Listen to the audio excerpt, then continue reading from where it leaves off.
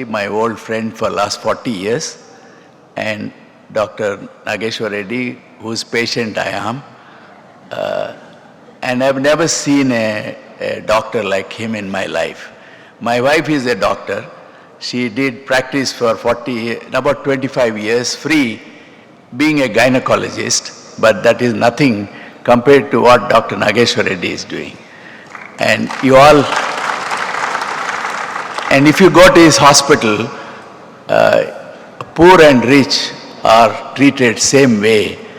And I was surprised when I went for a surgery. It didn't cost me nothing actually. So that is why I realized this is, in his hospital, it will be thousands of people who are there for treatment. So if any one of you have any gastro problem, related problems, I think you should visit their hospital, and they are the best in the world. This is confirmed to me by the leaders in their business. They said there is nothing like that in India. So I'm very proud, sir. You are my doctor. And about myself, I don't want to say much, but I came from a humble background like most of us are. I was born in a village near Vijayawada on the banks of Krishna River. So we had plenty of water. So if you dig 5 feet, you get water. So we had another problem. So when you have floods, not that kind of flood that you see in some other parts of India, but we have islands in the river, so everything gets submerged. And our village have fountains coming up, 15 feet, 20 feet fountains come up from the ground, and all the open wells will be flowing with water. So that is a bounty of water. But other parts of India don't have same problem. Then I went to Delhi to study. So I used to be at Prime Minister's house for some reason. Most of the time during my student days for 5 years, I found people were begging Mrs. Gandhi for a telephone connection. People used to say, Madam ji, मैं बाहर रहता हूँ, मेरा पिताजी का तबीयत नाजुक है, मैं बार बार नहीं आ सकूँगा, कृपया मेरे को एक टेलीफोन दिला दीजिए. So she used to hand over these papers, applications to her staff. And I've seen same problem with members of parliament. Their houses are flooded with people requesting for a phone. And I never knew that I was coming into telecom business after I got married. I shifted from Delhi to Bangalore. I always thank my wife for bringing me to Bangalore because this is the best place in the world to live. In India, also one of the best places in the world to live. And I used to attend classes, summer classes of Sai Baba. And I still remember, I don't remember anything that I was taught in my school days, nor in my college days. But I always remember what Baba used to, tell us, so many life experiences, and I still remember many of them. And I tell my children, my wife knows him when she was 5-year-old. So we are privileged, but I never met him personally. But I've heard him every summer, every day. So I thought in telecom, when I came to telecom business, we were having a license Raj. I'll take 3-4 minutes if it is okay. So I found we were ancillary to ITI. ITI was the only company which made telecom equipments, and anybody, even government organizations like state government, cannot even think about telecom. So we were an ancillary to ITI.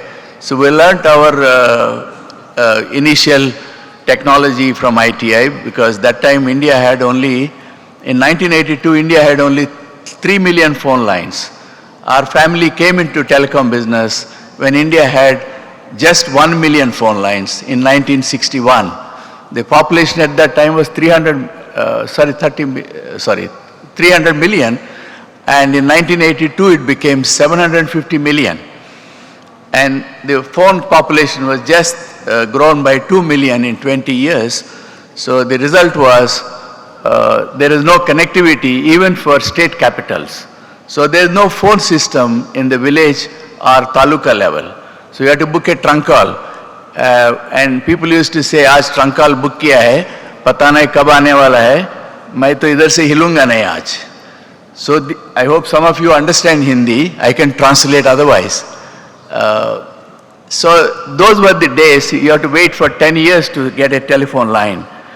And they were all analog systems, very difficult. You needed an operator assistance.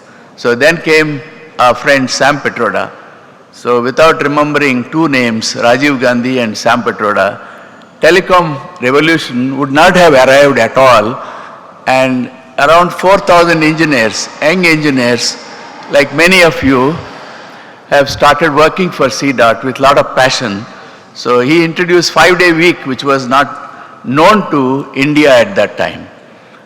So the result was, you can do it, in American style used to say, you can do it, do it. So engineers never left in spite of the best salaries offered by many multinational companies. The passion was there.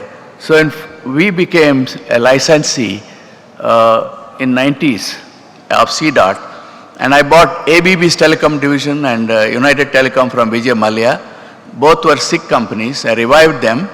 So the result is, the government had a budget of 400 crores. It can only buy 2 lakh lines a year, and the revenue surplus was less than 400 crores. So the main problem was that. So then we solved the problem by reducing the cost of telecom equipment by 90%. So we sold at 10% of international prices. We made India can also deliver with local technology and with companies like us. So every 4th telephone exchange installed in India was built by us. Every 3rd village having a telecom network was built by us. And we have actually defeated all the multinationals you can remember. We have been able to compete with all of them. Did we make a lot of money? No. Why? Because we thought we should transform the country's infrastructure rather than just making money. So the rural India got connected fast. So you can imagine from a 20 STD stations we had in 1987-90, it has grown to, in 3 years, to 350,000 STD stations. That has transformed India, because this 400 crores revenue surplus actually in 4th year became 40,000 crores. I have felt that excitement, and I have seen that excitement in my Department of Telecom. I was the only elected president of the Telecom Industry Association till today. And Rajiv Chandrasekhar used to be my vice president, and Sunil Mittal used to be my another vice president. So we became very, very popular, because I was nicknamed as L1 Rao. Because every tender we quoted, we became L1. I told my staff, we are not working for money. I never took salary in last 40 years. I don't want to say this in public, but this is a fact. I never work for money. I don't have anything in my personal name. So we have done great service. I only thank my parents, my teachers, my colleagues. They are the ones who are responsible for achieving this.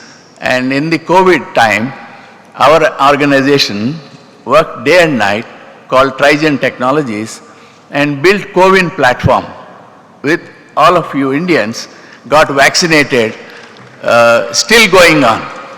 We had done this with 400 people staying in different hotels in Delhi, elsewhere in the country, because we have done this kind of program in the past with the UNDP, etc.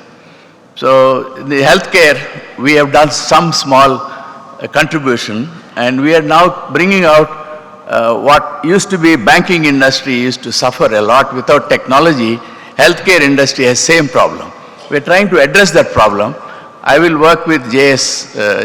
Chowdhury and Nageshwar Reddy sir and others, and make sure that we deliver similar value that we have delivered in telecom. So we also have, some of you are carrying 98450 series, and in Hyderabad 98490 series. You're all our customers. Thanks for continue to be our customers and support us. And we will support rural India. We'll also support urban India.